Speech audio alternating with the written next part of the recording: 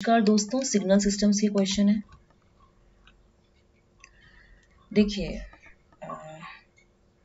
Question है the signal xt has Fourier transform given by x omega, then the value of integral minus infinity to plus infinity x omega e to the power j omega d omega is. देखिए, जो आपका inverse Fourier transform होता है वो होता है x of t is equal to 1/2 pi integral minus infinity to infinity x of e omega e to the power j omega t d omega. तो यहाँ पे जो 2 पाई ऑफ x t है, integral minus infinity to infinity x of omega e to the power j omega t d omega. तो calculation हमें कहाँ निकालनी है? हमें निकालना है at t is equal to 1 पे। तो यानी कि 2 pi x of 1 is equal to integral minus infinity to infinity x of omega e to the power j omega and t is equal to 1, right? तो ये d omega हो गया। तो x1 is equal to 0 है। From the graph जो आपकी x value x1 यहाँ पे 0 है, ठीक है। x1 is equal to 0 from graph. तो यहाँ पे ये वैल्यू कितनी हो जाएगी?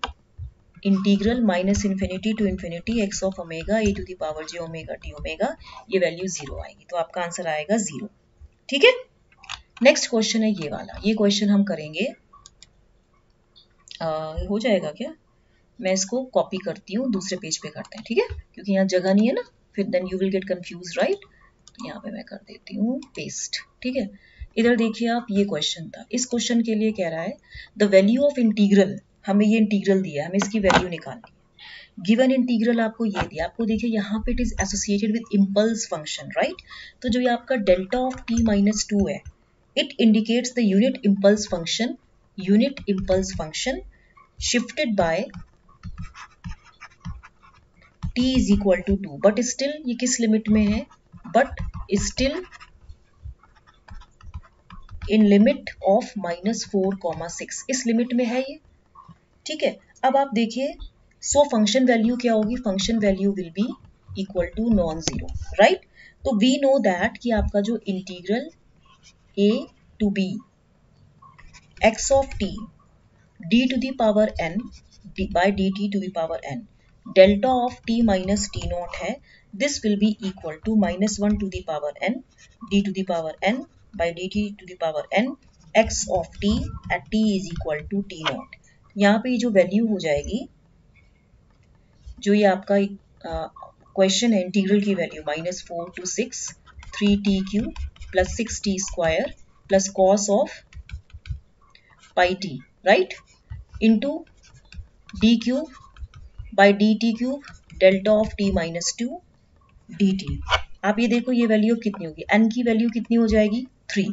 तो ये वैल्यू हो जाएगी आपकी -1 का cube d cube by d t cube 3t cube plus 6t square plus cos of pi t, okay, at t is equal to 2, at t is equal to 2, ठीक है। तो यहाँ पे जब आप इसको और सॉल्व करेंगे तो ये वैल्यू तो -1 आएगी इंटू 3, आप इसका वो करेंगे तो 3 इंटू 3 9t स्क्वायर आएगा, 3d2 by d t square into T square plus 6 into, ये गेट का क्वेश्चन है, twice into D square by ये सारा D Q by d t cube इससे मल्टीप्लाई हो रहा है, ठीक है। तो जब आप इसको डिफ्रेंशिएशन करेंगे तो 6 इंटू ट्वाइस, ठीक है, d square by d t square into t and minus cos pi t, कितना हो जाएगा? Minus pi sine pi t. तो यहाँ पे at t is equal to 2 हो जाएगा। अब आप इसको फर्दर सॉल्व करेंगे तो कितना आ जाएगा? -1 इंटू ये वैल्यू कितनी हो जाएगी? 3 3 जा 9 एंड ये D square by d t square है। तो ये जब आप इसको फर्दर सॉल्व करेंगे तो ये वैल्यू हो जाएगी 18 डी बाई डी टी, क्योंकि डी क्यूब था ना, तो 3 इंटू 3 था ये। तो अभी ये कितना हो जाएगा? 3 3 जा 9, हाँ। तो यहाँ पे ये वैल्यू 3 इंटू ट्वाइस हो जाएगा ना, तो D by d t of T हो जाएगा, प्लस यहाँ पे ये value 6 into 2 into twice D by d t of T था, तो ये वैल्यू कितनी हो जाएगी? ये वैल्यू एक्चुअली 0 आ जाएगी, D square by d t square था ना इधर, ठीक है, तो D square by d t square था, तो ये वैल्यू 0 हो जाएगी। ठीक है, उसके बाद माइनस यहाँ पे एक मिनट, ये डी क्यूब यहाँ पे माइनस पाई स्क्वायर आएगा। एक्चुअली ये भी तो मल्टीप्लाई होगा इधर, यहाँ पे देखिए ये बहुत कॉम्प्लिकेटेड क्वेश्चन है, बिना उसको करे है नहीं होगा। D square by d t square आएगा इधर, इसी भी तो मल्टीप्लाई होगा, तो minus pi square into d by d t of cos pi t. ठीक है, at t is equal to 2।